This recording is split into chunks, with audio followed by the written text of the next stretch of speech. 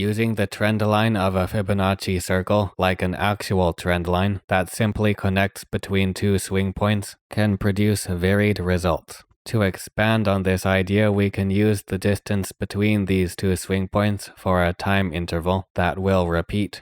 Then we move the second point of the Fibonacci circles until it touches the next vertical line of these even time intervals. We also want to maintain the same approximate angle of the first trend line we drew. The main result we're looking for is for the central circle to encompass that second swing point we referenced. The resulting Fibonacci circles often capture many important swing points during a trend's continuation. And it's a commonly preferred but not necessary feature to see the same happen with past reversal areas. Some of these results could happen with that first variation where we used the trend line of Fibonacci circles like a regular trend line, but it usually also results in less coverage for the context of a trend continuing to develop. In general, flat trend lines are not preferred since they produce flat ovals. And since they're mostly horizontal, they get less coverage of vertical price movement, which is important during a trend's development.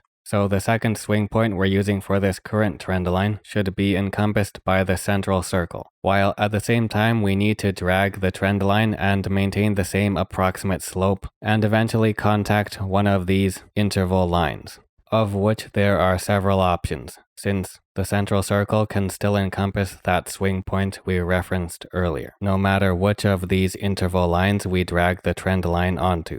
It's also possible to do this process using swing points in the middle of a developing trend, and not just those few near the beginning of the trend. With this new downtrend, we have several options, but we'll choose the most stable trend line option with the swing points provided so far. A nice slope here comprised of 3 down swing points relatively close together.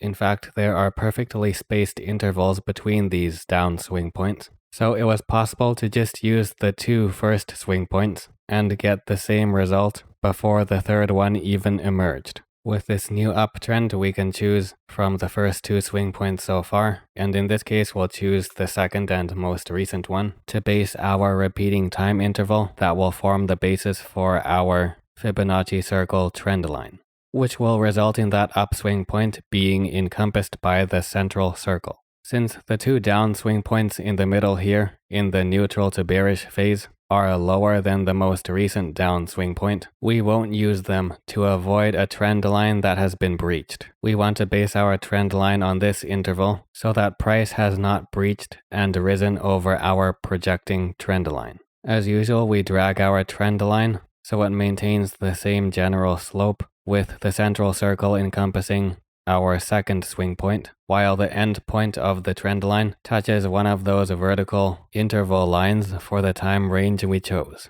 The end result is quite good, with price often following the curvature of these circles before, during, and after our trend line.